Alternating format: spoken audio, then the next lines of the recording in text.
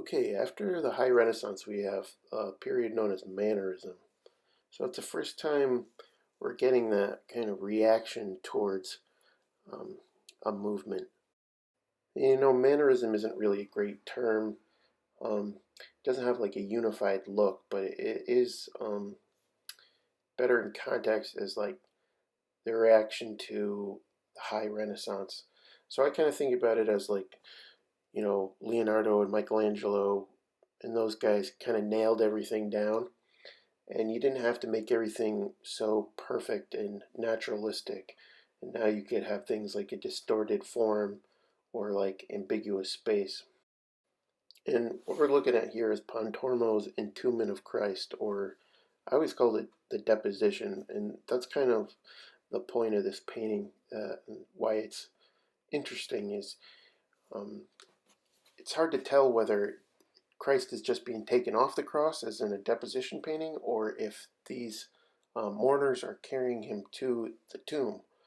Pontormo has taken a normal theme, but he subverts the viewer's expectations. He doesn't put the cross in there, so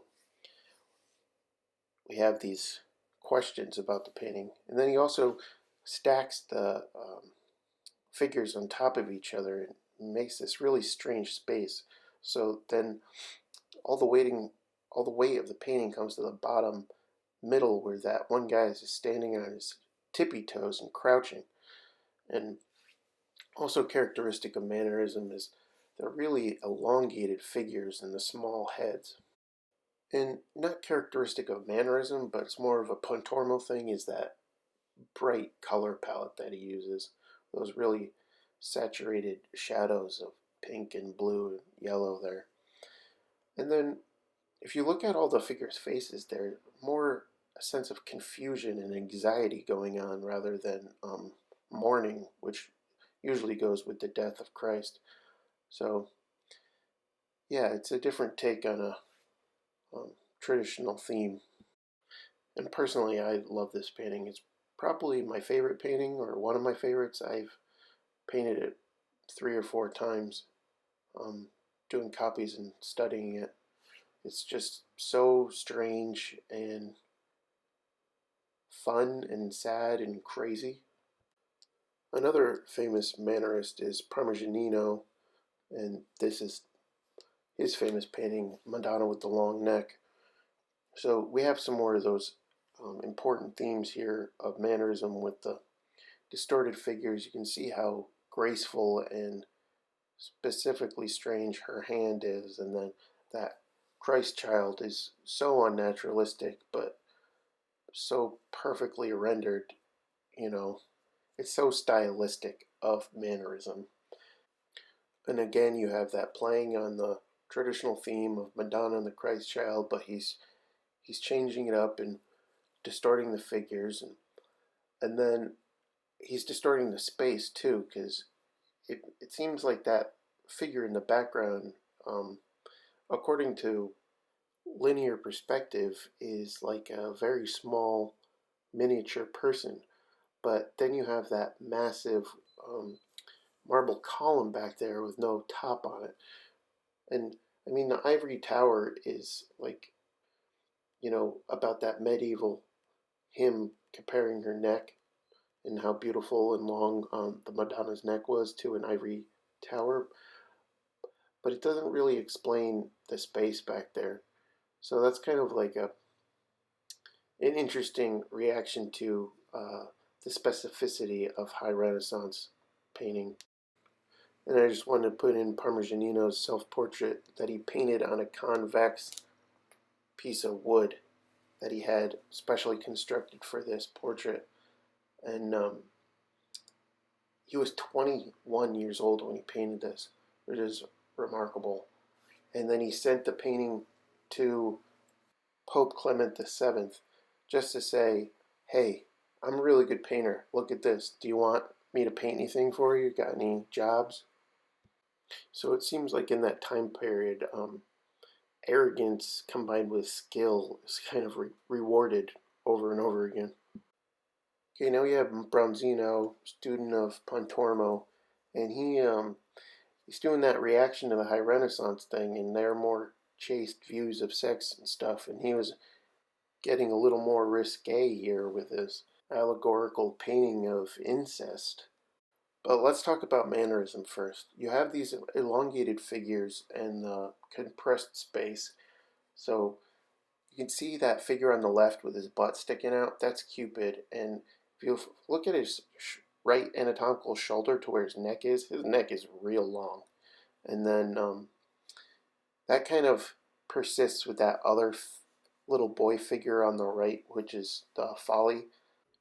So it's kind of a trope of mannerism then that they're more concerned with composition and fitting these figures together than naturalism and depicting them anatomically correct.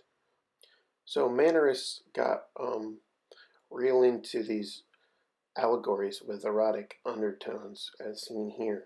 And allegory is like a life lesson um, with heavy symbolism. You got the masks on the bottom right hand corner and that dove over there in the left, and then time up on the right, and then that little boy throwing the flowers. That's folly, as I said. So supposedly that's what that stuff is. I mean, the only thing that's really identifiable is Venus and Cupid. Venus is holding an arrow, and then she's stolen from Cupid, and she has that golden apple, which is also a symbol of Venus. But then there's a lot of other weird stuff that, and nobody really knows what the actual allegory or the lesson he's trying to tell. It's just there's a lot of symbolism going on. Yeah, that figure behind who we know is Folly, that little girl, she has a face, but then on the right of Folly, it turns into like a serpent, a monster, and she has like a tail of a scorpion and stuff. But then on the left, you have that terrified, screaming figure. Some people have said symbolizes syphilis. And then you have that figure on the upper left, which is kind of also painted like a mask, like it's speculated to be night or nothingness. So clearly, time is pulling back the curtain on some heavy handed message that has been lost to time, ironically. So nobody knows what this painting is really about. But he's saying something. Sofonisba Anguissola, our first female painter. So I wanted to elaborate a little more on her, and there's a video in the module to check out. But notably, this is a new kind of portrait painting she's devising. The figures look lively. They look like real people, like they could start moving and talking at any second. They don't look like stiff renderings of, marble figures. They look like humans. Okay, this is Giambologna's Abduction of the Sabine Women. It's an example of Mannerist sculpture. So you can see the elongated forms and stuff, but I think it's more important to note about that spiral composition and the influence of the Laocoon sculpture that was found earlier that century. Here it is. So this piece is from ancient Rome, and it was discovered in the early 1500s. So all those guys from the High Renaissance knew about this sculpture, and it was influencing them. I think you could see that influence with the torsos wrenching and distorting in different directions.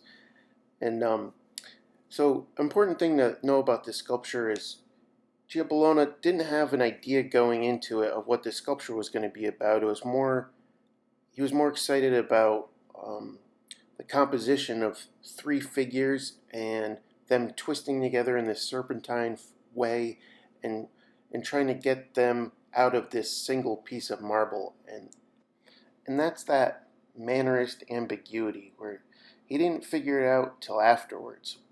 I mean, the title Abduction of the Sabine Women is fitting with the story. The ancient Romans in myth invited the Sabines to this dinner, and then they didn't have any women, so they attacked the Sabines and stole their women.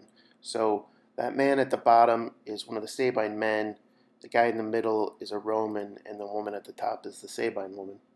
So I think the theme is very fitting to the sculpture, but also importantly is the thing about that spiral pose that he's concocted here. Like, it has this serpentine movement, so you have to walk around the sculpture to get the full grasp of it. Um, like each side is like a different composition. Unlike those earlier sculptures we looked at by like Donatello and Michelangelo, where uh, they were in the niche and you only really saw it from one side, whereas this, it's meant to be seen in the round.